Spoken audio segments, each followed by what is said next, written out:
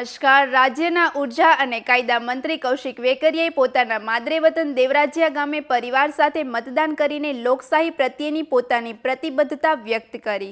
વાજતે ગાજતે ઘરેથી નીકળીને મંત્રીશ્રી મતદાન મથક સુધી પહોંચ્યા હતા।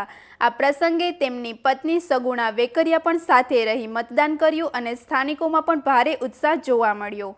વધુ સમાચાર માટે જોડાયેલા રહો આરપી ગુજરાત ન્યૂઝ રાજકોટ।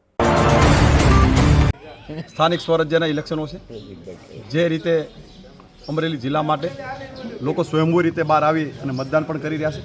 સ્થાનિક સ્વરાજ્યના જ્યારે ઇલેક્શન હોય ત્યારે સૌ લોકોને હું નમ્ર અપીલ પણ કરું છું કે આપણે આપણો મતદાનનો અધિકાર છે એ પ્રકારે આપણે મતદાન 100% કરવું પણ જોઈએ। કોઈ પણ વ્યક્તિએ મતદાન કર્યા વગર ના પણ રહેવું જોઈએ।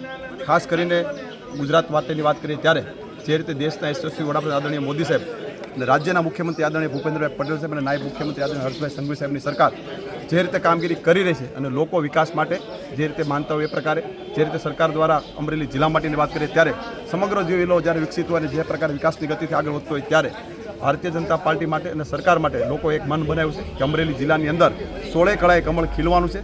અમને અન્ય પાર્ટીના ઉમેદવારોને અન્ય પાર્ટીના લોકોને ઉમેદવારો પણ મળ્યા નથી। એ પ્રકારની પરિસ્થિતિનું વાતાવરણ અમરેલી જિલ્લા અને ગુજરાતમાં આપણે સૌએ જોયું છે, કારણ કે એક ઉમેદવાર 4 જગ્યાએ ઉમેદવારી કરે એ પ્રકારની પરિસ્થિતિનું નિર્માણ થયું છે। તાલુકાને કંઈક ઉમેદવારો મળ્યા નથી, અમુક જગ્યાએ અન્ય જગ્યાએ લડવા ગયા એ પ્રકારની પરિસ્થિતિ જ્યારે થતી હોય ત્યારે લોકોએ 100% મન બનાવ્યું છે કે અમરેલી જિલ્લાની અંદર ભારતીય જનતા પાર્ટીનું કમળ એ 16 કળાએ ખીલવાનું છે, એમાં કોઈ શંકા નથી। મતદાનનો ઉત્સાહ કેવો છે તમે જોઈ રહ્યા છો કે તડકા એટલા હોવા છતાં પણ લોકો સ્વયંભૂ પરિવાર સાથે મતદાન કરવા માટે આગળ વધી રહ્યા છે।